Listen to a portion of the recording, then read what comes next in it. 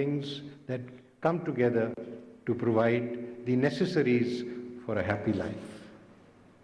And not just an individual life. We are talking about a family life. The Constitution talks about in Article 35, which is a principle of policy, that the state has the responsibility to look after the child, to look after the family, the child, and the mother. And we start from that premise as a court responsible for safeguarding the fundamental rights to see that attention is paid to this priority. It is in this context that I am a guest with you today. This conference has been organized by a very dedicated team of workers, officers, and concerned citizens under the leadership of the Law and Justice Commission, represented by Ms. Rifat, and with the cooperation of the United Nations Fund for Population, and of course the support and cooperation of the Government of Pakistan. This is deeply appreciated because ultimately, as a judge, I'm not just concerned with looking for right and wrong. Yes, in most cases, that may be something that we are looking at. But what we need to know, first of all, in the context of public rights and human rights, what rights there are that need protection, and number two, how can they be protected? Today, I'm looking forward to the discourse that will take place in the 5 sessions that are mentioned in the program. Of course, there'll be talk about the enforcement of our judgment of 2019, but that's not all. I expect that we will be talking about also the success achieved by Muslim countries like Iran and Bangladesh. How did they achieve that? Why couldn't we achieve it? Both countries are careful about their resources, and yet there was something that they did which managed to receive success, and today I believe they are reversing their policies. And I am thrilled now to discover from Mr. Luab that the narrative today is not population control. It is a concern for the population to be productive so that they can earn their livelihood and contribute to the society and the community. And for that, the requirement is education. But what we need to understand is, how will those goals be achieved? We can't just leave it to the state. The state is already committed with its resources to so many other important priorities. There has to be some other vehicle, some other means of achieving that.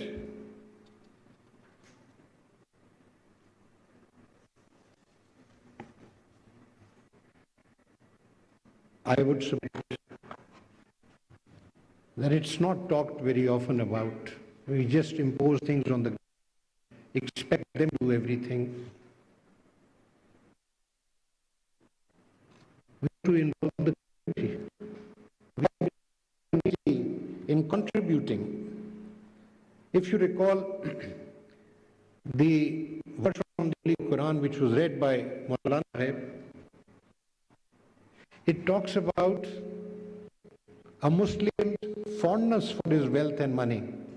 It acknowledges that, but it says you must contribute for the poor, for the needy, for those who need help.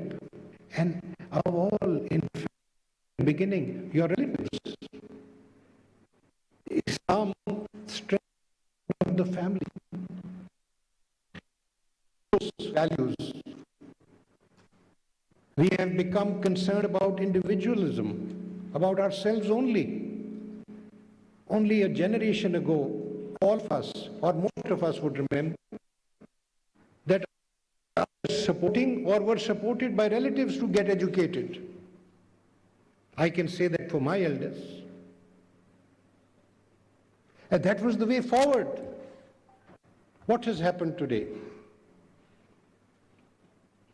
But all that I'm trying to emphasize is that when we bring in people into the matrix that will be interacting with society and giving them education, giving them skill-based education, empowering them, it will be then that we will see the fruits in other forms, which is managed families, spacing, choices being exercised, women being respected.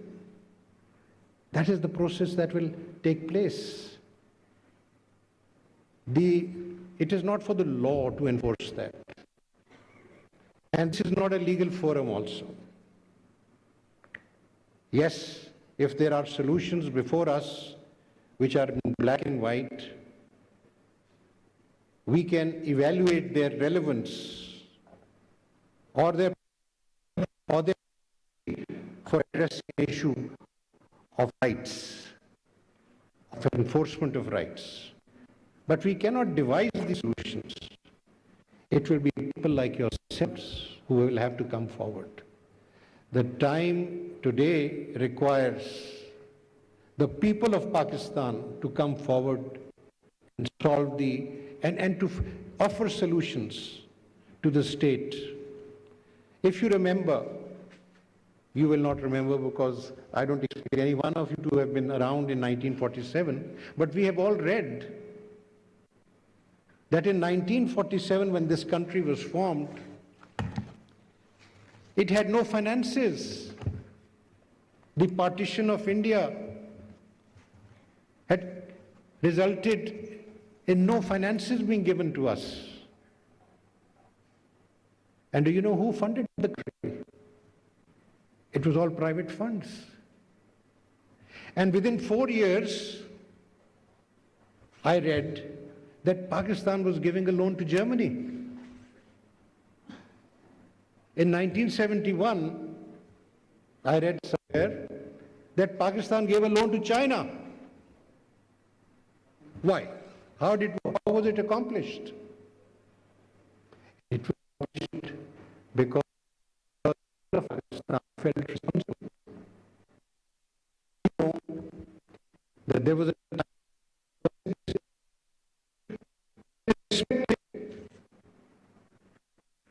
today we take pride in extravagance.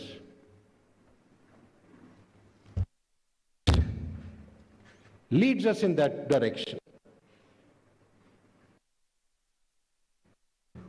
The first step towards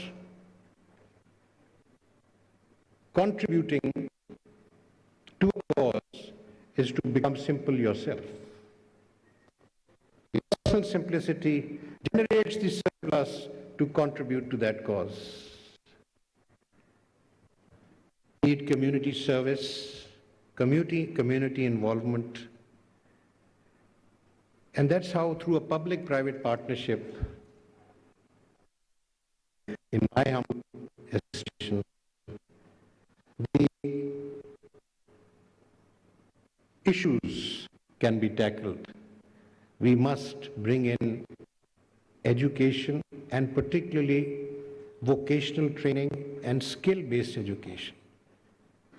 In my youth, I remember when we traveled from Lahore to Peshawar, there were at least 24 vocational training centers on the highway. Today we see none. Where have they gone? You see, these are things we must go back to the simple solutions. And our lives and our requirements and needs must be simplified. I don't want to give examples of where, as a citizen, I feel waste is taking place, because that is unnecessary. It's an attitude we must adopt. And I think that during the course of today and tomorrow, inshallah, we will find suggestions that will be useful. These are suggestions, as far as I'm concerned, which will occupy my mind and generate ideas on how I have to protect rights of the people who come to us. If we have one job, and for that there are 1,000 applicants. And do you know, litigation comes up right up to the Supreme Court for how those jobs are to be assigned or allocated or given to applicants. That we have to overcome. We have to create opportunities, we have to create talent and skill so that our population not only provides the services required in Pakistan, but also jobs abroad. To say that we should reduce our population because it's a strain on resources is wrong. In the 70s, I remember, there was a new initiative. I was a young boy then, but I would read about it, a new initiative for labor to be exported to the Middle East. And that labor was contributing funds to its family, and they were able to run businesses, and they were able to grow and so forth. It was a remarkable experiment. And to this day, that cycle continues, but it has diminished because the level of skill has not improved. I may be getting rather extensive in my submissions. I want to thank you all for being present with us. I welcome this opportunity because I will be learning from here. Judges need to interact with ideas. We need to understand what are the needs of people and what are the needs of society, and what they are thinking, what the people are thinking, what are intellectual thinking. I look forward to a wonderful discourse. And at the end, I thank the Law and Justice Commission, supervised by the fantastic 3-member committee of judges who showed us their managerial and administrative skill. It's very impressive. I congratulate them. I thank also the kind of interest which the UN FPA has taken in this event, and in any case the subject of population concern in Pakistan. The government of Pakistan has been helpful as always, which is also appreciated. Thank you very much.